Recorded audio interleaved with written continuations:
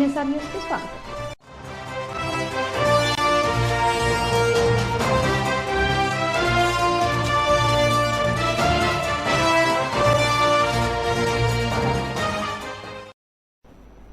TSRTC 100 నూతన బస్సులను ముఖ్యమంత్రి రేవంత్ రెడ్డి, ఉప ముఖ్యమంత్రి బట్టి విక్రమార్క, మంత్రులు పొన్నం ప్రభాకర్, శ్రీధర్ బాబు, కోమటిరెడ్డి వెంకటరెడ్డి, సీతక్క హైదరాబాద్ లో ప్రారంభించారు. ఈ కార్యక్రమంలో ఆర్టీసీ ఎండీ సజ్జనార్, రవాణా శాఖ ప్రిన్సిపల్ సెక్రటరీ శ్రీనివాస్ రాజు, ఉన్నతాధికారులు పాల్గొన్నారు. ఈ సందర్భంగా ముఖ్యమంత్రి రేవంత్ రెడ్డి, మంత్రి పొన్నం ప్రభాకర్ జెండా ఊపి 100 కొత్త బస్సులను ప్రారంభించారు. ఈ సందర్భంగా పొన్నం ప్రభాకర్ మాట్లాడుతూ ఆర్టీసీ బస్సులు పల్లె పల్లెకి పోవాలని ఆలోచనతో ఇచ్చిన హామీల మేరకు ప్రభుత్వం ఏర్పడిన 48 గంటల్లోనే అక్కా చెల్లెలకు ఆర్టీసీ ఉచిత ప్రయాణం అందించడం జరిగిందని, ప్రజాస్వామ్యాన్ని నెలకొల్పే ప్రజాప్రభుత్వం ప్రమాణ స్వీకారం చేస్తున్న సమయంలోనే ప్రగతి భవన్ గేట్లు బద్దలు కొట్టి జ్యోతిబా ఫులే ప్రజాభవన్ గా పెట్టామని తెలిపారు. మరికొన్ని రోజుల్లో మరికొన్ని ఆర్టీసీ బస్సులు వస్తాయని ఈ సందర్భంగా తెలియజేశారు. మహాలక్ష్మి పథకంలో డేటా ఎంట్రీలో పొరపాట్లు జరిగాయని, వాటిని పరిష్కరించేందుకు ఫీల్డ్ విజిట్ చేస్తున్నామని greater Warangal municipal corporation in-charge commissioner Radhika Gupta అన్నారు. వరంగల్ నగరంలోని శివనగర్ లో జరుగుతున్న ఫీల్డ్ వెరిఫికేషన్ కేంద్రాలను ఇన్ఛార్జ్ కమిషనర్ రాధికా గుప్తా పరిశీలించారు. మొత్తం గ్రేటర్ పరిధిలోని 66 డివిజన్లో ప్రత్యేక బృందాలు ఏర్పాటు చేసి ఫీల్డ్ వెరిఫికేషన్ నిర్వహిస్తున్నామని, ఎక్కడైతే డేటా ఎంట్రీలో పొరపాట్లు జరిగాయో అవన్నీ సరిచేస్తున్నామని, ఇందులో ఆశా వర్కర్లు, మెప్మాతో పాటు కార్పొరేషన్ అధికారులు ఉన్నారని, తెలంగాణ రాష్ట్ర ప్రభుత్వం ప్రతిష్టాత్మకంగా 6 గ్యారంటీ పథకాల అమలులో భాగంగా అభయహస్తం దరఖాస్తులను ఇప్పటికే స్వీకరించడం జరిగింది. అందులో 2 గ్యారంటీలు విజయవంతంగా అమలు చేస్తున్న ప్రభుత్వం మరో 2 హామీలను నెరవేర్చే క్రమంలో గృహజ్యోతి పథకంలో భాగంగా రేషన్ కార్డు ఉన్న లబ్దిదారులకు 500కే గ్యాస్ సిలిండర్ అందజేయాలని సంకల్పించడం జరిగింది. దరఖాస్తులు స్వీకరించే క్రమంలో అట్టి వివరాలు కోరడం జరిగింది. ఈ క్రమంలో నగర వ్యాప్తంగా 66 డివిజన్లలో సుమారు 40,000 మంది అసంపూర్తి సమాచారం అందజేయడం జరిగింది. అట్టి సమాచారాన్ని సవరించడానికి రాష్ట్ర ప్రభుత్వం నేడు గడువు ఇచ్చిన క్రమంలో బల్దియా వ్యాప్తంగా మెప్మా సిబ్బంది, అధికారులు డివిజన్లలోని ఆయా కమ్యూనిటీ భవన్లు, ముఖ్య కూడళ్లలో క్షేత్రస్థాయిలో పర్యటిస్తూ సమాచారాన్ని నమోదు చేసుకోవటమే కాకుండా ఫోన్ల ద్వారా కూడా సమాచారాన్ని సేకరిస్తూ ప్రభుత్వం సూచించిన యాప్లో నమోదు చేస్తున్నారు. కావున నగర ప్రజలు వారికి సహకరించి అధికారుల నుండి ఫోన్ రాగానే గ్యాస్ సంబంధిత సమగ్ర సమాచారం అందించి లేదా అట్టి నెంబర్కు వాట్సాప్ ద్వారా gas consumer number, gas company పేరును తెలియచేయాల్సిందిగా కోరడమైనది అని ఇన్ఛార్జ్ కమిషనర్ రాధికా గుప్తా తెలిపారు. మహాలక్ష్మి పథకంలో కొన్ని డేటా ఎంట్రీ అయితే తప్పులు పడింది. ఆ డేటా ఎంట్రీ కోసం ఫీల్డ్ వెరిఫికేషన్ మేము చేస్తున్నాం. సో దీంట్లో మనకి కొన్ని డేటా అయితే మన స్టేట్ నుంచి ఫీడ్ అయింది. ఆ ఫీడెడ్ డేటాలో కొన్ని గ్యాస్ కనెక్షన్స్ అయితే అప్పుడు ప్రజాపాలన చేసేటప్పుడు తప్పులు పడింది. కాబట్టి దానికోసం మేము ఫీల్డ్ వెరిఫికేషన్ చేసి కరెక్ట్ చేస్తున్నాము. సో అది ఇక్కడే జరుగుతుంది. సో దాంట్లో అయితే మన ఆర్పీస్ ఉన్నారు, ఆర్పీస్తో సహా మన అంగన్వాడీ వర్కర్స్ ఉన్నారు, మన మెప్పా నుంచి ఎంత స్టాఫ్ కూడా ఉన్నారు, మన జీడబ్ల్యూఎంసీ స్టాఫ్ కూడా ఉన్నారు. వీళ్ళందరూ కలిసి పనిచేస్తున్నారు. So we are AMC also, we are DC also. So మేము అందరు కలిసి ఈ రోజే రాత్రి వరకు అయితే కంప్లీట్ చేసేస్తున్నాము. అయితే అంతా వరంగల్ ఏరియా మేము కవర్ చేశాము. చాలా చోట్ల మేము అన్ని డివిజన్స్లో అయితే ఫీల్డ్ వెరిఫికేషన్ జరుగుతూ ఉంది. సో మనం డివిజన్ వారీగా డివైడ్ చేసి వెళ్తున్నాం. సో ప్రతి డివిజన్కి ఒకటి టీం ఉంది. ఆ టీం వారీగా ఫీల్డ్ వెరిఫికేషన్ చేసి మనం డేటా ఎంట్రీ చేస్తున్నాం. హుస్నాబాద్ మండల కేంద్రం అంబేద్కర్ చౌరస్తాలో మాజీ ప్రధానమంత్రి కీర్తిశేషులు పివి నరసింహారావుకి భారతరత్న అవార్డు రావడం చాలా సంతోషకరమని హుస్నాబాద్ కాంగ్రెస్ నాయకులు అన్నారు. శనివారం హుస్నాబాద్ చౌరస్తా ప్రాంతంలో పీవీకి భారతరత్న ప్రకటించడంపై హర్షం వ్యక్తం చేస్తూ సంబరాలు జరుపుకున్నారు. ఈ సందర్భంగా వారు మాట్లాడుతూ తెలుగు బిడ్డ, ఉమ్మడి కరీంనగర్ జిల్లా వంగర గ్రామానికి చెందిన మన ప్రాంత బిడ్డను గౌరవించి భారతరత్న ఇచ్చినందుకు ఈ ప్రాంత బిడ్డలుగా మనం ఎంతో సంతోషపడాల్సిన రోజు అన్నారు. పీవీని కాంగ్రెస్ పార్టీ కార్యకర్త నుండి కాకతీయ పత్రికకు విలేకరిగా, స్టూడెంట్ లీడర్గా, నిజాంకు వ్యతిరేకంగా ఉద్యమం చేసిన నాయకుడిగా, చందా క్యాంపులో కూడా ఉన్న నాయకుడని, స్వతంత్రం వచ్చిన తర్వాత కరీంనగర్ పార్లమెంటుకు పోటీ చేసి 4 సార్లు మంథని నుండి ఎమ్మెల్యేగా గెలుపొంది విద్యాశాఖ మంత్రిగా దేవాదాయ శాఖ మంత్రిగా, వ్యవసాయ శాఖ మంత్రిగా, రాష్ట్రానికి ముఖ్యమంత్రిగా, దేశానికి ప్రధానమంత్రిగా ఎన్నో పదవులు ఇచ్చిన party Congress party. Congress party పీవీని ఎంతో గౌరవించిందన్నారు. అదే గౌరవంతో పీవీ ప్రధానమంత్రిగా ఉన్నప్పుడు భారతదేశం ఎంతో సంక్షోభంలో ఉండగా ఆ సంక్షోభాన్ని తప్పించిన నాయకుడు పీవీ అన్నారు. పీవీ నరసింహారావు నా ప్రాంతము అని ఆలోచన గనుక చేసి ఉంటే ఈ ప్రాంతాన్ని సస్యశ్యామలం చేసేవాడు. కానీ నా రాష్ట్రమే కాదు, నా దేశము ముఖ్యమని దేశ ప్రజల కోసం అనునిత్యం ఆలోచన చేసిన నాయకుడు పీవీ నరసింహారావు అని, ఎలాంటి స్వార్థపూరిత ఆలోచన చేయకుండా దేశ ప్రజల క్షేమమే మా క్షేమమని ఆలోచన చేసిన పీవీ నరసింహారావుకి భారతరత్న ఇవ్వడం చాలా సంతోషకరమని అన్నారు.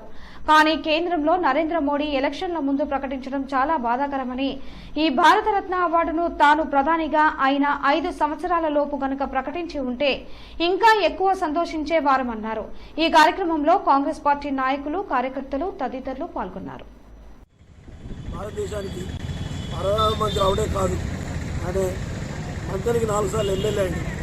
మంత్రి ఎమ్మెల్యేగానే వ్యవసాయ శాఖ మంత్రి చేశాడు, దేవాదాయ శాఖ మంత్రి చేశాడు, విద్యాశాఖ మంత్రి చేశాడు, ముఖ్యమంత్రి కూడా చేశాడు. కేంద్రంలో మరి మానవ వనరుల అభివృద్ధి శాఖ చేశాడు, హోమ్ మినిస్టర్ చేశాడు, విదేశీ వ్యవహారాల శాఖ మంత్రి చేశాడు. తర్వాత ఆయన చేయని పదవి లేదు. మోడీ 10 సంవత్సరాల క్రితం భారతదేశానికి ప్రధానమంత్రి అయింది. ప్రధానమంత్రి అయినాక 10 సంవత్సరాలకు ఇంకొక 40 రోజులకు కేంద్రంలో ఎన్నికలు ఉన్నాయి కాబట్టి అవార్డు ఇచ్చారు అన్నట్టు ఉన్నది ఈ పరిస్థితి. ఎందుకంటే 5 ఏళ్ళు ఎందుకు ఇవ్వాలి, మరి ఈ 5 ఏళ్ళకు చివరికి ఎందుకు ఇచ్చారు అనేటువంటి విషయాలు కూడా ఓటర్లైనా ప్రజలమైనా మనమంతా ఆలోచించాల్సి. ముఖ్యంగా ఈ దేశానికి 15 సంవత్సరాలు ఆర్థిక వ్యవస్థలు అమోఘమైనటువంటి సేవ చేసినటువంటి మన్మోహన్ సింగ్ గారికి ఇవ్వలేదు. మన్మోహన్ సింగ్ గారు 5 ఏళ్ళు ప్రధానమంత్రి చేశారు, 10 ఏళ్ళు ప్రధానమంత్రి చేశారు. అంటే దీనికి ఏం మర్మం ఉన్నది? ఎల్కే అద్వానిని రాష్ట్రపతిని ప్రధానమంత్రి కాకుండా చేసి ఆయనకు మొన్న ఒక భారతరత్న ఇచ్చి ఆయన అక్కడ కూర్చుండబెట్టారు. సర్పు ఠాకర్ కూడా అంతే కూర్చుండబెట్టారు. ఇవాళ టీవీకి భారతరత్న కాదు, భారతరత్న కానీ ఇంకేమైనా గొప్ప అవార్డు ఉంటే కూడా దాన్ని తయారు చేసి ఇవ్వాల్సినటువంటి అవసరం ఉంది. ఈ అవార్డు వెనుక మరొకసారి ఓట్లు వేయించుకోవాలి, మరొకసారి అధికారానికి రావాలనే మర్మం ఉన్నది తప్ప దీని వెనుక మరొకటి లేదని చెప్పడానికి ఒక ఉదాహరణ. మన తెలంగాణ ముద్దుబిడ్డ, మన ఉమ్మడి కరీంనగర్ జిల్లా వాస్తవ్యులైన పీవీ నరసింహారావు గారికి భారతరత్న అవార్డు రావడం చాలా గర్వకారణం. ఈరోజు తెలుగు బిడ్డలు అందరూ సంతోషించాల్సిన రోజు కూడా. పీవీ గారు ఎన్నో సంస్కరణలతో ఈ భారతదేశాన్ని కాపాడిన గొప్ప వ్యక్తి మన పీవీ నరసింహారావు గారు. ఈరోజు బీజేపీ పార్టీ ఎలక్షన్ల ముందు జై శ్రీరామ్ అని చెప్పేసి రామ మందిరము అది పూర్తి కాకముందే రామ మందిరాన్ని అయోధ్యలో ఓపెనింగ్ చేసుకోవడం జరిగింది. ఈరోజు మన పీవీ గారికి భారతరత్న అవార్డు కూడా ఇవ్వడం జరిగింది.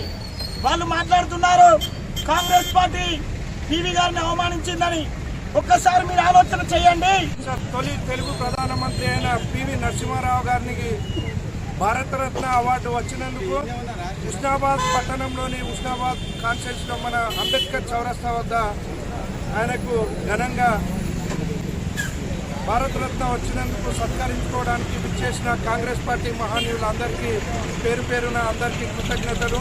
మాజీ ప్రధానమంత్రి పీవీ నరసింహారావు గారి భారతరత్న అవార్డు గ్రహీతకు ఈరోజు ఉస్నాబాద్ పట్టణ మండల గ్రామాల నుంచి వచ్చిన youth Congress, NSA, senior Congress నాయకులందరికీ నమస్సుమాంజలు తెలియజేస్తూ, భారతదేశం అప్పుల ఊపిలో ఉన్నప్పుడు, బంగారం తాకట్టు పెట్టినప్పుడు ఆయన 13 భాషలు, బహుభాష కోవిదుడు, మంత్రిని ముద్దుబిడ్డ, తెలంగాణ నుంచి ఉమ్మడి ఆంధ్రప్రదేశ్ ముఖ్యమంత్రిగా, మంత్రి శాసనసభ్యునిగా, భారతదేశ ప్రధానమంత్రిగా ఎన్నో పదవులు అలంకరించి 60 సంవత్సరాల నుండి ఉంటున్న ఇంట్లో నుండి తన అన్న కుమారులు వెళ్లగొట్టారని దేశాయిపేటకు చెందిన ఎల్లయ్య ఆరోపించారు. వరంగల్ నగరంలోని దేశాయిపేటకు చెందిన ప్రకాష్ కు 2 కుమారులు. పెద్ద కుమారుడు ఏహోను, చిన్న కుమారుడు ఎల్లయ్య కొన్ని సంవత్సరాల క్రితం ఏహోను ఉద్యోగరీత్యా ఇతర చోటికి వెళ్లాడు. అప్పుడు తమ్మునికి ఆస్తి లేకపోవడంతో ఇంటిని తమ్ముడు ఎల్లయ్యకు అప్పగించాడు.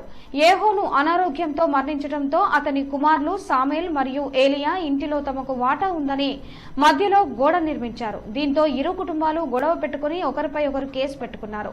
తన అన్న ఏహోను తనకు ఇష్టపూర్వకంగా ఇల్లు ఇచ్చాడని, కానీ పోలీసులు తనకు కాకుండా తన అన్న కుమారులకే మద్దతు ఇస్తున్నారని ఎల్లయ్య ఆరోపించారు.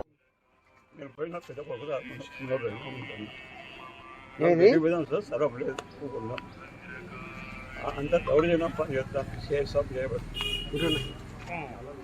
ప్రభుత్వం మాకు న్యాయం చేయాలి. ఇప్పుడు మరి పెద్ద మనిషి ఏమంటారు? పంచాయతీ మాట్లాడితే పెద్ద మనిషి ఏమన్నారు?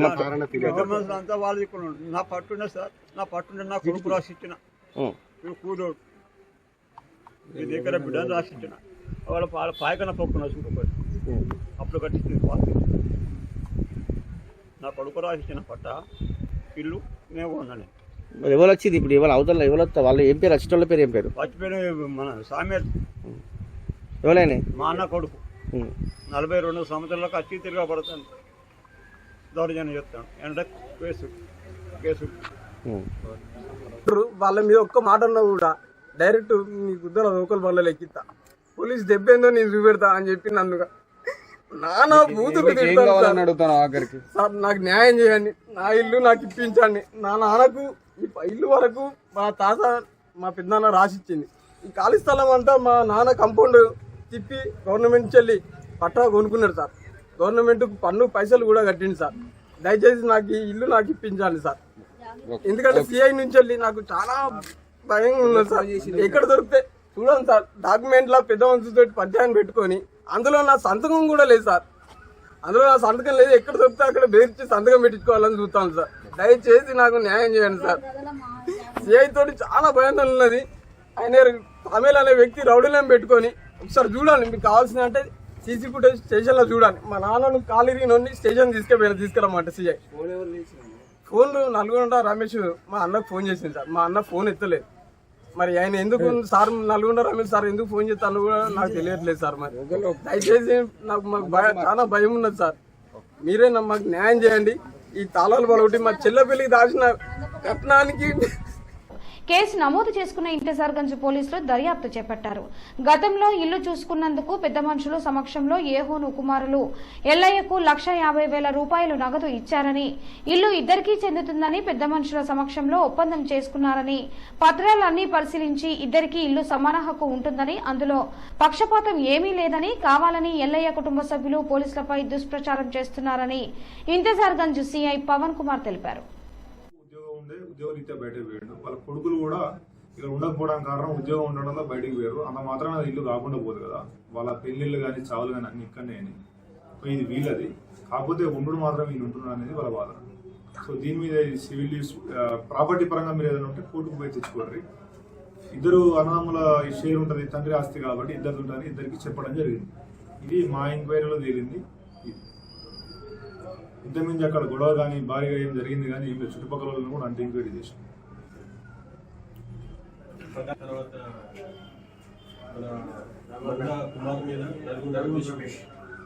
వాళ్ళు స్పెసిఫైగా మీరే దగ్గర ఉండి ఇవన్నీ చేయిస్తారు అనేది వాళ్ళ ప్రధాన ఆరోపణ. ఇప్పుడు పోలీస్ స్టేషన్కి వచ్చే బాధితులలో ఒకరికి న్యాయం జరిగితే ఆటోమేటిక్గా ఇంకోళ్ళు అన్యాయం జరిగిందని ఫీల్ అవుతారు. ఫీల్ అయినప్పుడు మమ్మల్ని తిట్టుకున్నా మాకు పెద్ద ఏం అనిపించదు. ఎందుకంటే ఉద్యోగంలో మాకు భాగమే. మేము అందరినీ సమాధానపరిచి అందరినీ సాటిస్ఫై చేయాలంటే మాకు సిచ్యువేషన్ అన్ని సపోర్ట్ చేయకపోవచ్చు. ఇప్పుడు వాళ్ళిద్దరు కాంప్రమైజ్ అయితే పోలీసు వాళ్ళు మంచి వాళ్ళు అంటారు. వాళ్ళు కాంప్రమైజ్ కాలేదు కాబట్టి one of the party allegation చేస్తారు.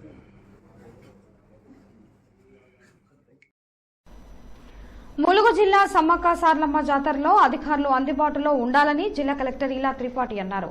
శనివారం మేడారంలోని ఐటీడీఏ క్యాంప్ ఆఫీసులో ఆర్డబ్ల్యూఎస్ అధికారులతో సమావేశం ఏర్పాటు చేశారు. ఈ సందర్భంగా జిల్లా కలెక్టర్ మాట్లాడుతూ జాతరలో భక్తులకు ఎలాంటి ఇబ్బందులు తలెత్తకుండా చూడాలని, అధికారులు అందుబాటులో ఉండాలని అన్నారు.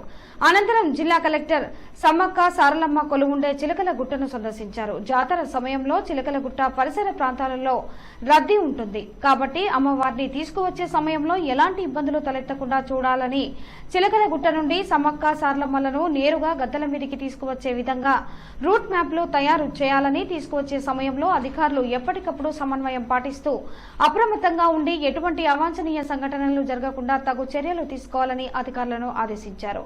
ఈ కార్యక్రమంలో ఆర్డీఓ సత్యపాల్ రెడ్డి, ఆర్డబ్ల్యూఎస్ అధికారులు, దేవాదాయ శాఖ అధికారి రాజేందర్, సర్కిల్ ఇన్స్పెక్టర్ శంకర్, పూజారులు, సంఘం అధ్యక్షుడు జగ్గారావు, స్థానిక ఎంఆర్ఓ రవీందర్ తదితరులు పాల్గొన్నారు.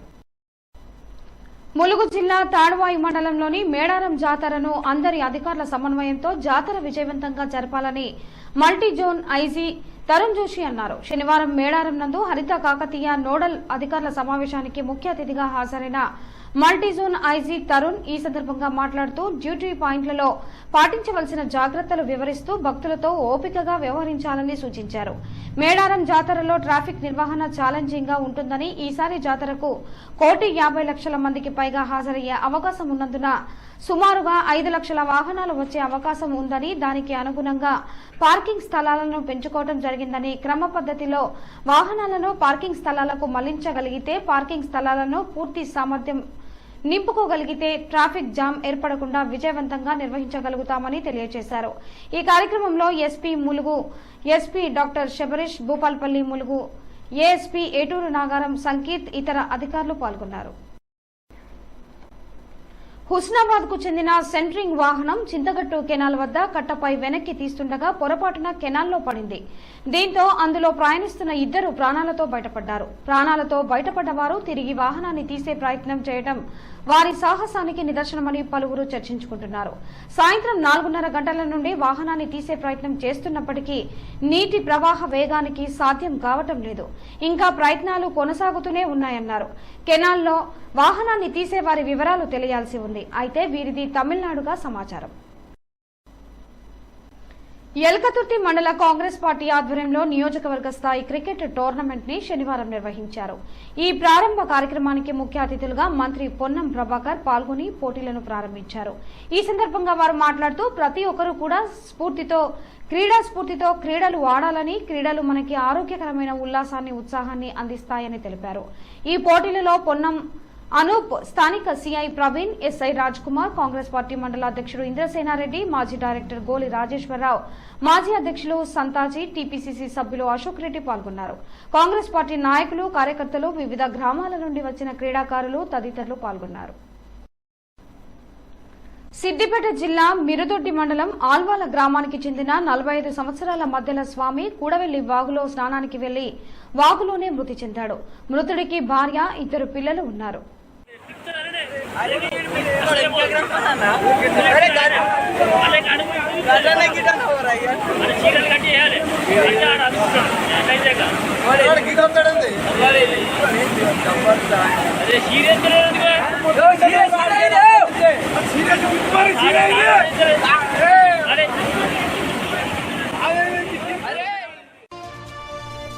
ఈ వార్తలు ఇంతటితో సమాప్తం. నమస్కారం.